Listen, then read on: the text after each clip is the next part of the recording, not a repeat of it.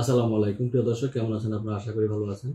আমি ফরহাদউদ্দিন Ahmed BA, advocate, appeal বিভাগ, Bangladesh supreme court. স্বাগত জানাচ্ছি আপনাদেরকে আজকের এই আলোচনায়। আশা করি সাথেই থাকবেন। প্রিয় দর্শক, বরাবরের মতো আজকে আপনাদের সামনে একটি অত্যন্ত গুরুত্বপূর্ণ বিষয় নিয়ে হাজির হয়েছি। গত পর্বে আমরা আলোচনা করেছিলাম হেবার বিভিন্ন প্রাথমিক বিষয় নিয়ে, হেবা বা দান সম্পর্কিত। আজকে আমাদের দ্বিতীয় পর্ব হেবা বা দান সম্পর্কিত। এই আলোচনার সাথেই থাকবেন আশা করি। আজকের আলোচনা আপনারা নিশ্চয়ই উপকৃত হবেন বলে আমি দৃঢ় বিশ্বাসী। তো শুরু করা যাক আজকের আলোচনা। হেবার ক্ষেত্রে আসলে কি দখল অর্পণ করা যায় কিনা বা দখল অর্পণ বাধ্যতামূলক কিনা, এটা অনেকের মনে প্রশ্ন আসতে পারে। তো এটা একটা সহজ বিষয় যে হেবা যেহেতু করবেন, তাকে যে হেবা করবে অবশ্যই দখল বুঝিয়ে দিতে হবে। দখল অর্পণ হচ্ছে হেবার ক্ষেত্রে একটা বাধ্যতামূলক কাজ। যদি আপনি দখল বুঝিয়ে না দেন বা দখল বুঝে কেউ না নেয়, তাহলে কিন্তু হেবার যে 3টি শর্ত আছে বাধ্যতামূলক, তার মধ্যে একটি গুরুত্বপূর্ণ শর্ত কিন্তু প্রতিপালন করা হলো না। তো এই সংক্রান্ত কিন্তু উচ্চ আদালতের অনেক জাজমেন্টও আছে। তো আমরা চেষ্টা করব আজকে একটু জাজমেন্ট দেখার জন্য। আসলে এই সংক্রান্ত একটা জাজমেন্টে উচ্চ আদালত যা বলছে আর কি, সেটা যদি আমরা একটু আপনাদেরকে পড়ে শোনাই। যে in the case of Nurjahan versus Muftakhar, একটা ওনাদের একটা কেস আছে। সেই কেসে কোর্ট কি বিষয়টা সিদ্ধান্ত নিয়েছে সেই বিষয়ে আমি একটু পড়ে শোনাচ্ছি। Actually the court held that where the declaration of the gift is made by the donor, but afterwards till his death all the profits made out of the যদি আমরা এখানে দেখি,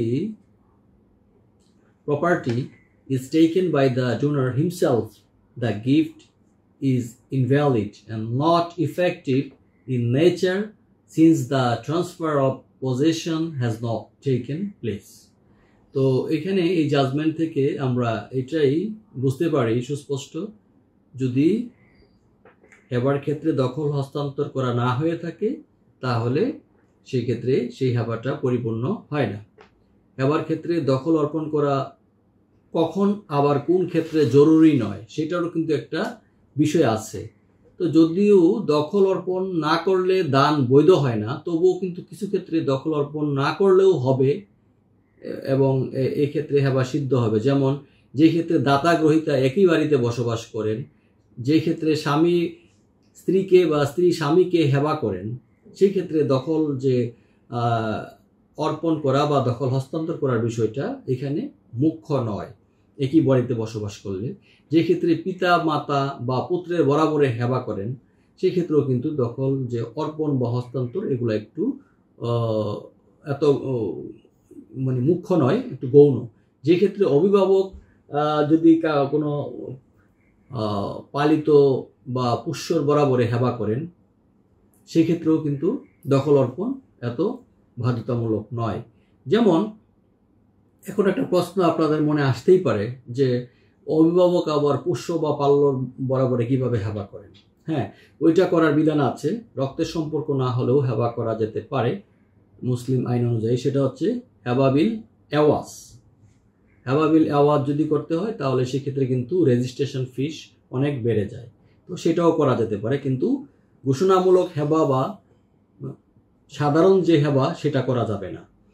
যেখানে দানের দাতা এবং গ্রহীতা উভয়ই দানকৃত সম্পত্তিতে যদি বসবাস করেন, সেখানে কিন্তু দাতার পক্ষে দৈহিক পরিত্যাগ এবং দান গ্রহীতার পক্ষে তা পুনঃদখলের কোনো প্রয়োজন নেই, দুজন যদি একই জায়গায় বসবাস করেন।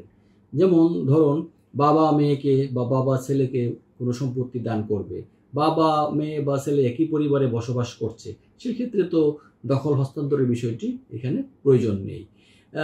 এক্ষেত্রে দাতা কর্তৃক হস্তান্তর এবং দানের যে বিষয় আছে, বস্তু সম্পাদনের প্রস্তাবিত দানটি সম্পূর্ণ হতে পারে।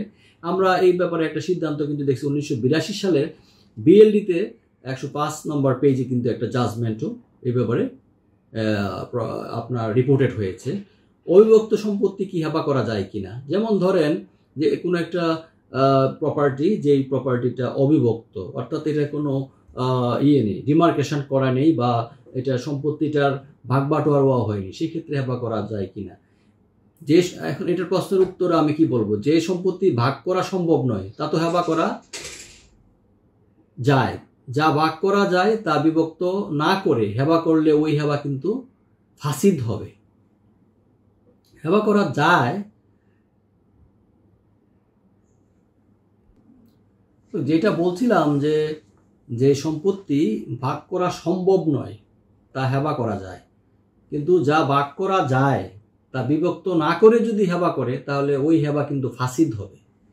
সম্পত্তি ভাগ করে নিলেই হেবা সম্পন্ন এবং এটা দোষমুক্ত হবে।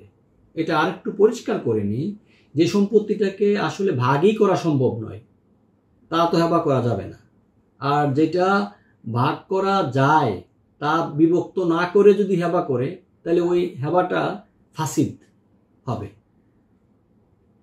এটা মুসলিম আইনে বলা আছে। কিন্তু সম্পত্তি ভাগ করে নিয়ে যদি কেউ সেটাকে করে, যদি করার মতো হয় তাহলে এটা সম্পূর্ণ হবে এবং এটা ত্রুটিমুক্ত হবে, আমরা সেটাই আইনের বিধানে দেখতে পাই।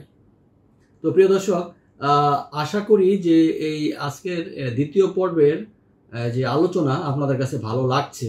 আরও কিছু আলোচনা করব, আপনারা আশা করি ধৈর্যচ্যুতি আপনাদের ঘটবে না আর কি। হেবা গ্রহীতা উত্তরাধিকারী নিয়োগ দিতে পারে কিনা, এক্ষেত্রে দেখা যাচ্ছে যে কোনো কোনো ক্ষেত্রে হেবা গ্রহীতা আবার উত্তরাধিকারী নিয়োগ দিতে চান, সেক্ষেত্রে এটা করতে পারে কিনা, এটাও কিন্তু অনেকের মনে একটা প্রশ্ন থাকতে পারে। কোনো সম্পত্তির দান যদি গ্রহীতাকে উত্তরাধিকারী নিয়োগের ক্ষমতা প্রদান করা মুসলিম আইনে সম্পূর্ণ অবহিত। আসলে দান গ্রহীতা যিনি হবেন উনি আবার উত্তরাধিকার নিয়োগ করবেন, এই ধরনের কোনো ক্ষমতা প্রদান করা হয় নাই মুসলিম আইনে। 1948 সালে কিন্তু একটা সিদ্ধান্ত আসছে, 1948 সালে একটা সিদ্ধান্ত আসছে, এটা পিএলডিতে রিপোর্টেড হয়েছে, সেটা পেজ নাম্বার হচ্ছে 23। সেই জাজমেন্ট এখানে একটা আছে, পাকিস্তান সুপ্রিম কোর্টের একটা জাজমেন্ট এখানে আছে। মৃত্যু সজ্জায় গিয়ে কি হেবা করা যায়? মৃত্যু সজ্জায় আসলে হেবা করা জায়েজ নয়। মৃত্যু সজ্জায় যখন থাকবে কোনো মানুষ, তখন দেখছি যে অনেকেই হেবা করিয়ে নিয়ে টিপসই নিয়ে নেয় বা বিভিন্নভাবে প্রলোভন দেখিয়ে তার কাছ থেকে হেবা করিয়ে নেয়। আসলে এই ধরনের হেবা করা জায়েজ নয়। মৃত্যু সজ্জায় কেউ যদি তা করে তা তার সম্পদের 1/3 উপর কার্যকর হবে। মৃত্যু অবস্থায় যদি মৃত্যু সজ্জায় করে, ফুল সম্পত্তির উপর এটা কার্যকর হবে না। এই ব্যাপারে কিন্তু আমরা জানি যে ফজলে আহমেদ বাদশার যে রহিম বিবি আছে, এই মামলায় 1918 সালেই কিন্তু একটা জাজমেন্ট হয়ে গেছিল। তো সেই জাজমেন্টটাতে আমরা দেখেছি যে এই ব্যাপারে একটা সিদ্ধান্ত আসছে। অমুসলিমকে হেবা করা যায় কিনা?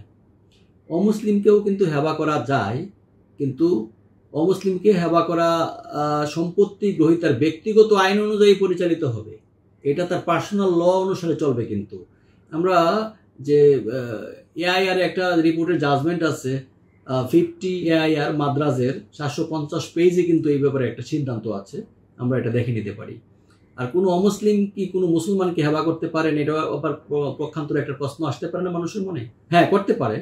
অমুসলিম ব্যক্তিও কিন্তু মুসলমানকে সম্পত্তি হেবা করতে পারবেন, এই ব্যাপারে কোনো সন্দেহ নেই।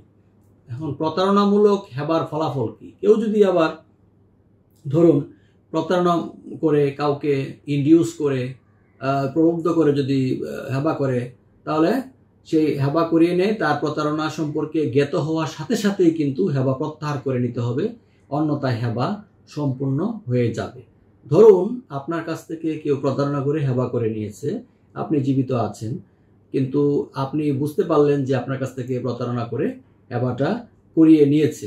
সেক্ষেত্রে আপনার যে ভূমিকা হবে সেটা হচ্ছে যে আপনি যখন বুঝতে পারবেন যে আপনার কাছ থেকে প্রতারণা করে আসলে হেবাটা করিয়ে নিয়েছে, তাহলে সেই ক্ষেত্রে আপনি হেবাটা আসলে উইথড্র করার জন্য বা সেই হেবাটা যেন কার্যকর না হয় সেই মর্মে আপনি আইনগত পদক্ষেপ নিতে পারবেন। প্রিয় দর্শক, এই ছিল আজকের দ্বিতীয় পর্বের আলোচনা। সংক্ষিপ্ত আলোচনা ছিল, ছোট ছোট কিছু বিষয়ের অবতারণা ছিল, এগুলা থেকে আশা করি খুঁটিনাটি বিষয়গুলো আপনারা আমলে নিয়ে এই সংক্রান্ত যেই আপনাদের ঝামেলাগুলো তৈরি হতে পারে বা ভবিষ্যতে আপনাদের এই ধরনের কোনো কর্মকাণ্ড যদি আপনারা সম্পৃক্ত হতে চান, তাহলে আশা করি এই ছোট্ট আলোচনা থেকে আপনাদের অনেকটা উপকারে আসবে। পরবর্তীতে যে কোনো আলোচনায় আপনাদের সাথেই থাকবো ইনশাআল্লাহ। যদি বেঁচে থাকি। সেই পর্যন্ত ভালো থাকুন, সুস্থ থাকুন, সুন্দর থাকুন।